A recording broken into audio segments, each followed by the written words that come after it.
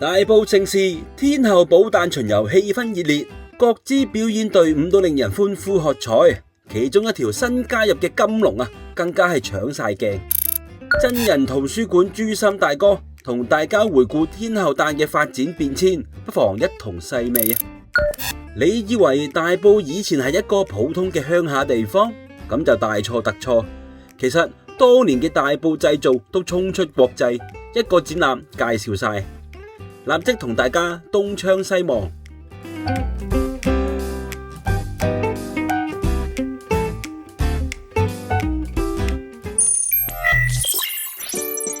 好多人以為以前嘅大埔只係漁村、農村嘅落後地方，但其實喺戰後至到90年代，大埔嘅工商業發展都有聲有色，甚至有好多大埔製造嘅物品遠銷海外，飛升國際。而家大家就有機會去了解更多呢段歷史。由香港文化古蹟資源中心舉辦嘅天工開物步民造物展覽，舉行日期就係由4月1號至到4月30號，而地點就係西營盤西邊街36A 後座，即係舊贊育醫院西區社區中心旁邊，香港文化古蹟資源中心嘅展廳。入面就展出咗一系列當年大埔工商業發展嘅資料同圖片，仲有大量當年出產嘅物品以及生產工具，而當中有好多真係聽都未聽過，所以大家睇展覽時一定要聽講解，你會聽到好多好得意嘅故仔。康利集團咧，其實就係70年代喺柯俊文嘅領導之下咧，成為一個非常龐大嘅公司。佢除咗電子廠房之外咧，其實佢嘅業務係非常之廣泛嘅。咁大家應該都會見過或者聽過咧，當年輕工業、電子業咧，其實做好多一啲原子粒收音機或者一啲卡式機等等嘅嘢啦。但係其實香港咧係有生產過彩色電視嘅，呢個係一個彩色電視，而且佢嘅廣告寫住康力牌嘅電視咧係 manufactured at Taipei Industrial Estate， 即係其實佢個廠房咧係喺大埔工業村嗰度生產，而呢部電視咧其實都係喺大埔工業村生產嘅。咁但係咧，即係喺香港依家已經買少見少啦。呢部係我哋喺外國揾翻嚟嘅，70年代由香港出產嘅電子遊戲機，駁落去呢個彩色電視度就可以玩啦。其實係一個好簡單嘅遊戲，但係對於即係70年代嚟講咧，其實呢個已經係非常之精彩嘅遊戲嚟㗎啦。咁當時咧，康力電子咧就攞咗亞達利嘅一個代工生產嘅權啦，咁就幫佢哋製作遊戲機啦。同埋最後記得有睇有拎呢樣嘢出面冇得賣㗎。呢一個咧就係一個香港製造嘅品牌啦，叫做閣樓釀造。咁其實咧，佢盡量咧都係攞翻香港嘅原材料嚟到去製造翻佢哋嘅汽水嘅。咁我哋就為咗今次嘅呢一個展覽咧，就特登去到揾咗佢哋落 order 啦，咁就幫我哋做一個展覽嘅紀念品咁樣。咁呢個咧係一個有氣香水檸檬鐵觀音口味咁樣。咁希望大家中意。天后寶誕巡遊一直以來都係大埔嘅盛事，場面熱鬧，氣氛好不特止。現場仲有好多難得一見嘅表演，傳統嘅就有舞龍舞獅、飄色、水上人分架舞等等。新一代嘅就有銀樂隊、單車隊，就連最 update 嘅機械狗都有喎。今年就新加入一條非常搶眼嘅金龍現場睇過嘅都會覺得非常耀眼同埋震撼。今年就大埔鄉社委員會同埋七鄉公所咧，就組一個龍隊，就新訂製呢個新龍嚟嘅呢個，就今次特別咧喺我哋呢次嘅天后巡遊嗰度咧，就去舞呢條龍啦。呢條金龍咧，我哋隻嘅神龍咧就係正所謂嚟講咧，總共有25節啦。25節嚟講咧，就係如果係講長度咧，就係應該就係25節乘佢應該有成60米長㗎啦，60米。嗰邊嚟講，如果計咧，差唔多有180米尺，係嘛？所以如果人手咧都要非常之充足嘅。就要起碼都要一次過咁樣25節都要30人啦，30有計龍頭鼓鑼鼓咁樣，同埋有啲就後備要換下咁樣。我諗參加個龍獅隊伍咧都超過80人。由細到大其實都有參與呢啲嘅。咁今年特別唔同，點解咧？因為過往我哋玩麒麟咧，都有獅隊，但係龍隊嘅今次係一個新嘗試。其實開頭我都冇乜點玩過龍嘅，真係。咁啊，今次由冇到有去成立啦，都有啦，即係大埔一班嘅青年啦，去幫手咁樣咯。即係由真係唔識嘅開始冇得組織，去揾條龍翻嚟，然後去搬運條龍，去安裝條龍，全部都係一個新嘗試。其實條龍我都好少接觸嘅，我哋通常都係冇麒麟同冇獅到，係啦，所以張專話齋新嘗試係啦，同埋都係嗰句啦，青年合作係啦，係一件好事嚟嘅，我覺得係。個挑戰其實龍隊一班青年都未接觸過龍嘅，係啦，所以都係新手，所以都係一個新嘗試，係啦。因為今年第一次整條龍啦，即係好多人參與啊，又同好多大埔嘅街坊互動咧，特別高興，即係好有節日嘅氣氛。攰唔攰？攰啊，但係好好玩。係好開心啊！你見到好多村代表啊，或者啲居民啊、青年啊一齊玩，真係慶祝一啲盛事，真係大埔嘅節日特別好有特色啦，係。唔知我辛苦啊，成班人辛苦睇我哋幾多青年喺度。係啊。咁啊，而家巡遊咗幾耐？有冇計時啊？冇喎。總之好似快樂不知時日過一樣。係啊，你攞住呢個龍珠帶領嗰個金龍一路前進咁啊，個心情點樣啊？其實我都係新手嚟啊，靠其他師兄幫手嘅都係。係啊。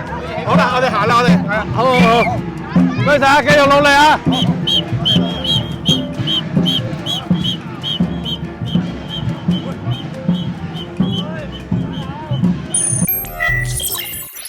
只要大埔有盛事啊，就一定見到佢嘅身影啊！呢位就係大家都好熟悉嘅朱森大哥。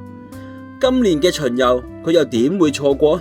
見到佢就梗係要佢發揮真人圖書館嘅本色，介紹下大埔天后誕嘅歷史。天后誕何誕咧？其實大埔區咧不嬲都有嘅嚇，不過咧因為嗰陣時啲傳媒啊報紙咧就好即係唔係好多報導啦。咁去到60年代先至有報紙報導佢原來佢賀誕咧就做大戲請好多有名嘅劇團喺度賀誕嘅。咁賀誕之前咧，其實都係做一啲木偶戲嘅啫喎，唔係粵劇嘅喎。咁到60年代初咧就開始做大戲，但係你都知道啦天后誕出邊係個海嚟㗎嘛，去邊度搭戲棚咧？咁佢哋都係海一樣照搭。咁好似人啲高閣樓咁樣，將啲竹棚棟晒落個海啲灘塗度去搭所以好壯觀嘅。我哋覺得都好得意嘅。有時捐落去個棚底度玩睇下咁樣嘅。捐落個棚底咪即係海咯？係啊，去退潮㗎嘛會。係咯。咁即係你自己有冇睇過咧？嗰時睇大戲？嗰陣時僆仔其實你話裝下有嘅睇唔會特登走去睇嘅嘅興趣又唔大嘅咁如果70年代嚟講，我哋就睇翻個圖片嘅啫。咁1972年咧就有一個比較詳細啲嘅記錄啦咁佢哋一般咧就係喺大埔墟嗰陣時有個球場，咁嗰啲大埔嗰啲咩鄉事委員會7月咁喺嗰度咧就有個所謂金龍點睛，跟住就開步禮，咁由呢個大埔球場咁行。咁最初嗰時嘅巡遊有啲咩睇咧？嗰時咪係巡遊就係舞獅啊、舞龍啊，或者有少少嘅歌舞啦，少少唔係好多，即係比對而家係爭好遠嘅因為而家有飄色啊。咁後期咧都有開始有飄色啊，但係已經係比較後期啲嘅啦咁你自己都影咗10年啦，咁其實喺個巡遊入邊，你有冇發覺啲即係你印象難忘或者好得意嘅？其實我最中意睇係影個舞龍咯，因為比較係有氣勢啲咁另外有啲係嗰啲啲舞蹈嗰啲啦印象就係黃夏蕙女士咧，佢就出咗幾年，咁打返龍裝咁着啲靚衫咁同啲觀眾招下手咁樣咯你嘅意義喺邊度咧？其實天后巡遊睇熱鬧咯，睇熱鬧，因為我哋本身對天后都係有時拜下祈下願嘅啫，因為我哋原本係農民嚟㗎嘛，都唔係漁民，以睇個熱鬧為主，影下相為主嘅。講咗咁耐，再次回放今年天后寶誕巡遊嘅精彩時刻，俾現場睇過嘅回味，冇去睇嘅一同感受當中氣氛。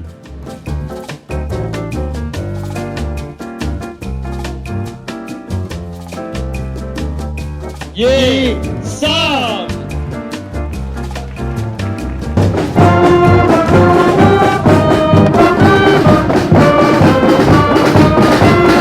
你哋今年特登喺長洲入嚟做飄色啊？唔係特登㗎，佢每一年都請我哋做飄色嘅。嚇！不論落雨好，打風好，我哋都會到嘅。啊，舊年都有嚟啊？有，舊年落雨啊，我哋都有到啊。啊，咁我今年咧就做哪吒。哦，哪吒，今年大會規定啊，做埋孫悟空，又係大會規定。哦，主題就要孫悟空同哪吒。唔係孫悟空咧就同牛魔王，哪吒咧同呢個敖丙，靚女嚟嘅。你喺長洲做咗幾年飄色啊？好多年啦，幾廿年啦，啊，咁啊喺呢度都幫咗10幾年啊。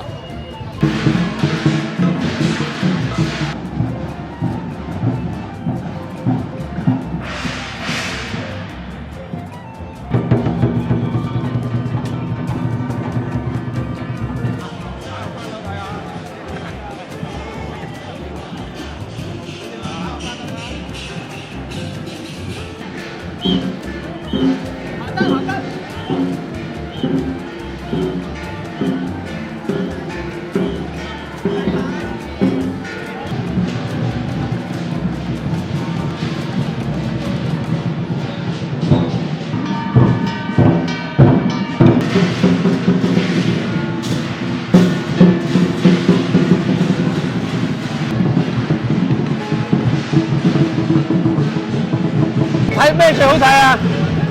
可能仲有咧？綠色。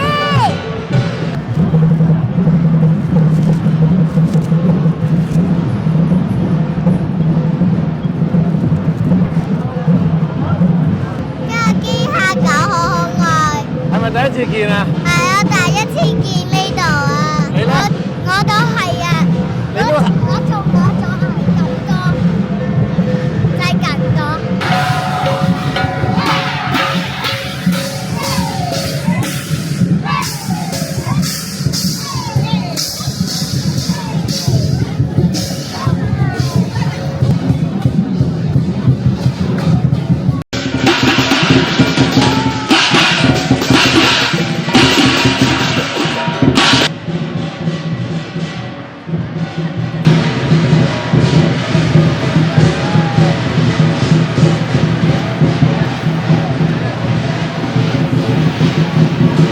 係咪大埔街坊啊？係啊係啊，嗱，好熱鬧，覺得呢個巡遊點樣啊？好玩啊！好多嘢睇啊！係咪第一次睇㗎？係啊係啊。因為其實佢每年都主辦嘅。啊！我哋唔係好清楚，我哋行過嚟先知話咁興嘅。我哋嗰啲成好開心紀念品，攞俾你好開心。影好多相係嘛？係啊係啊係啊！今次應該第一次嚟大埔嚟睇，都安排幾好，同埋好似節目好豐富咯，係30幾年喺呢度啊！哦，20幾年，睇咗好多次係嘛？係啊係啊。點睇呢個巡遊啊？今次個巡遊少咗啲，往日就規模大啲。哦，希望多啲人嚟，好熱鬧啲係嘛？係啊，你覺得個巡遊多唔多去睇啊 ？OK 啦，可以㗎啦，係啊，冇辦法㗎啦，人少咗，往日好多人睇嘅。哦，今年都少咗人話，你覺得？少。哦，希望做多啲宣傳啦，政府希望多啲吸引多啲人。冇錯冇錯，多啲宣傳，多啲人睇就開心啲。我覺得其實喺成個呢個表演或者巡遊當中咧，聯合啲小店啊，推出啲美食啊，即係搞到即係，因為我哋去長洲都一定食嗰啲嘢㗎嘛，可以諗下計。包山嗰啲啊嘛。係啊係啊，都有多啲小食一齊配合咧，我諗到時我覺得可以嘅，但空間嗰度空間好多我咪要點樣去利用翻配合咯，配合翻咯，即係未必喺同一個地方，即係嗰度就巡遊區，原來美食區就去咗4里5里嗰度，咁等啲人去睇完巡遊去嗰度食嘢咁啊，掛下啲燈籠出嚟，係啊，都靚仔啦，好開心咯，啊好玩呢個，得佢慢慢搞咯，係咯，或者好似富善街啊，或者嗰啲舊墟食街，係啦，可能完咗我哋舊墟食街有個啤酒節啊，或者有係啦，冇錯，啤酒街嗰度係，即係連帶咁樣去做啲嘢啦。但係我哋都考慮，因為我其實我自己都係大埔區議會嗰個振興經濟小組嘅主任嚟，所以我都覺得係啊，可以可以諗下呢啲嘢。